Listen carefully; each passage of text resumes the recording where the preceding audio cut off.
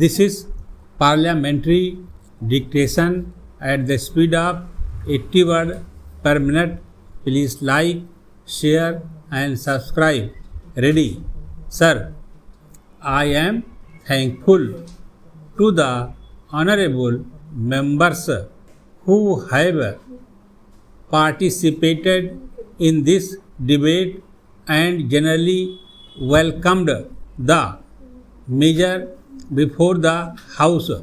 This amending measure of the Motor Vehicles Act, as honorable members may perhaps recollect, has had a very checkered career, and in fact this amending process started 10 years back.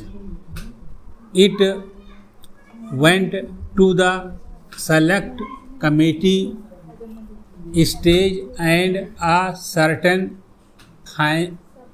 finality was given to it at that time.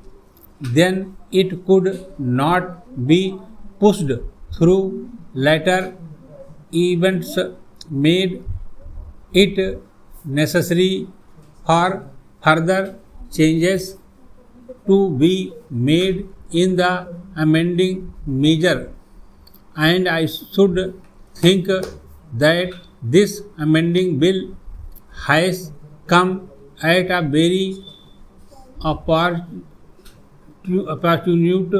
moment before the House, when the whole emphasis in the context of our planning is on the development of more and more transport capacity.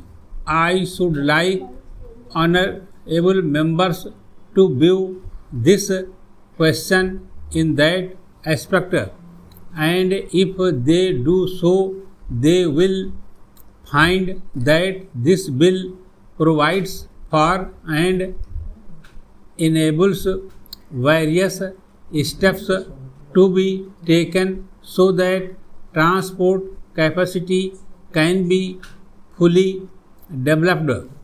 Para. There was some mention about nationalization and thought the opposition to it any was very mild and had become thoroughly modified in the course of these few months.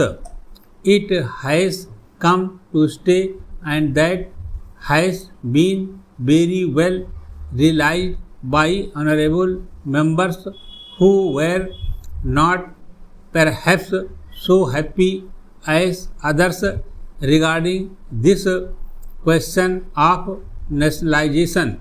So let us consider what is the task that is to be done by the various transport system in the country, rail, road and so on. Para. There is a huge task to be performed by all these. They have to go hand in hand and perform this huge task. It is well known that the rail transport capacity that will be generated in the course of the next few years will not be able to move all the traffic. We have said so many several occasions the allotment of resources for the purpose of railway planning and development falls very much short of the requirements. Even as per the original targets, the railways have to expand their capacity by about 42 or 43 million tons, and the additional traffic that will be generated was calculated as 60 and odd million tons. So even as per the original targets, there was a gap of 17 to 18 million tons. Now certain targets have undergone and upward revision. For instance, for cement production, it is roughly calculated that the cost of the railway plan will have to go up by another rupees 100 crores to move these additional 50 million tons. So when there is so much to move and when there is so much traffic offering, there is no question of conflict between rail and road transport. Rail and road transport have to join hands and lift the traffic that will be generated. Viewed from this angle, it will be found that there is no conflict. One honorable member referred to this matter and said that the railways should not adopt a dog in the manager policy. I have no difficulty in agreeing with him. The railways do not propose to follow a dog in the manager policy. Perhaps the honorable member does not know that we have taken various steps towards relaxation of restrictions on inter-regional transport, which he was mentioning. He spoke from experience and said that he was a member of one regional transport authority. Even as far back as 1994, this subject was considered and state governments were advised to relax the restrictions that they were having. Both the private carriers and public carriers, they were asked to give the almost freedom to private carriers. Perhaps the position is not very well realized that in our country the majority of the trucks are only public carriers. In other advanced industrialized countries, the majority the private carriers.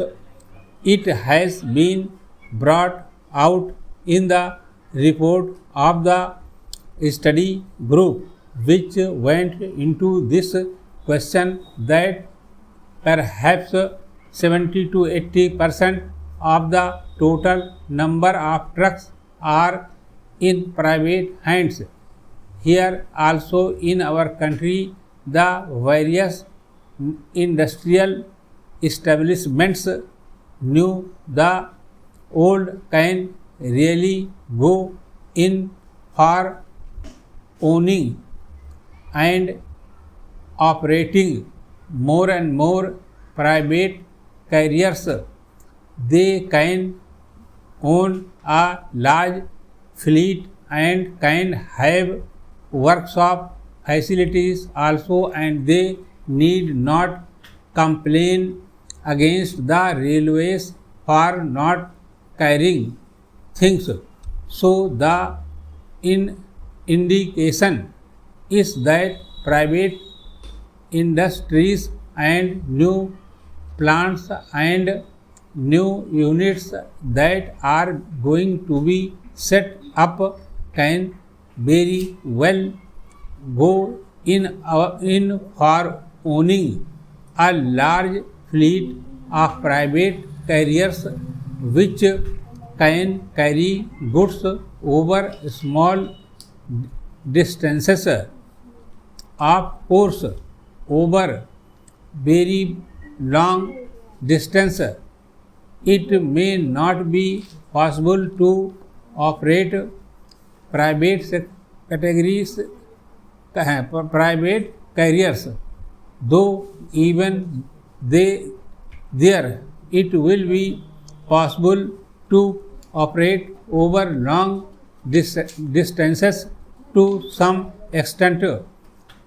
So there is no question of any conflict, as I said, between rail transport and road transport. Coming to road transport, let us see whether the